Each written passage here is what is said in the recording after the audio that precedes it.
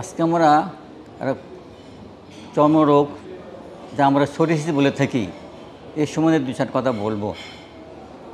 Psoriasis এমন একটা রোগ, এটা অনেকেই ভাবে শুধু চর্মরোগ, কিন্তু এটা চর্মরোগ না, এর সাথে সাথে অন্যান্য রোগের সম্পৃক্ত অনেক বেশি। আর এই রোগটা শুধু বাংলাদেশে তা না, এটা পৃথিবীর সমেতে সব পৃথিবীতে জুড়েই আছে এবং এর সংখ্যা দিন দিন বাড়ছে। এবারে কাদের হয়? শুধু বয়স্ক লোকদের না, এর ছেলে মেয়ে পুরুষ বাচ্চা সবারই হয়। সুতরাং তবে সৌভাগ্যের ব্যাপার যে এটা কোনো সহজে রোগ না, এতে ভয় পাওয়ার কিছু নাই, আতঙ্কগ্রস্ত হওয়ার কিছু নাই, বা আমি বলি যে আপনার হতাশা হওয়ার কিছু নাই। কারণ হতাশা কিন্তু সব রোগের বৃদ্ধিতে সাহায্য করে এবং সব রোগের খুব ক্ষতি করে।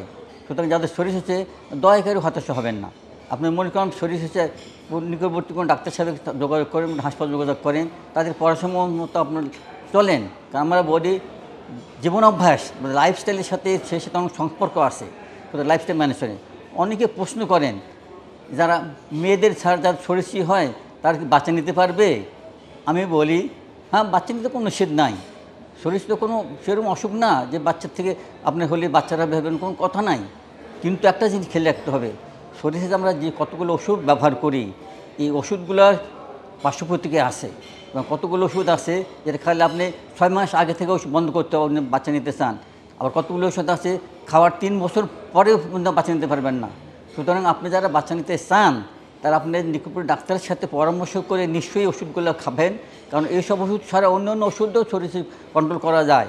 আমরা বলি অনেকে বলেন শরীর ভালো হয় না। আমি বলি ভালো তো অনেক অসুখ হয় না। আপনি ডায়াবেটিস ভালো হয়, আপনার প্রেশার ভালো হয়, আর কিডনি অসুখ ভালো হয়। সুতরাং শরীর এরকম একটা অসুখ, আপনি সারা জীবন চিকিৎসা করে দিতে হবে, কিন্তু ধৈর্য ধরতে হবে। হতাশা হবার কিছু নাই। আমি আশা করি যারা বাচ্চা নিতে চান তারা হতাশা হবার কিছু নাই। অনেক দেখেছি যে নতুন কাপড় আসছে, সোরিয়াসিস আসছে একজনের, ভীষণ চিন্তাগ্রস্ত হচ্ছে। আমি বলি চিন্তাগ্রস্ত কোনো কারণ নাই, আপনি অনেক ওষুধ আছে যেগুলো আপনি যখন প্রেগনেন্সির সময় খেতে পারবেন। সুতরাং আতঙ্কগ্রস্ত না হয়ে ডাক্তারের পরামর্শ নেবেন। আশা করি আপনারা ভালো থাকবেন এবং আপনি যে নবাগত বাচ্চাও সে ভালো থাকবে। ধন্যবাদ আপনাকে।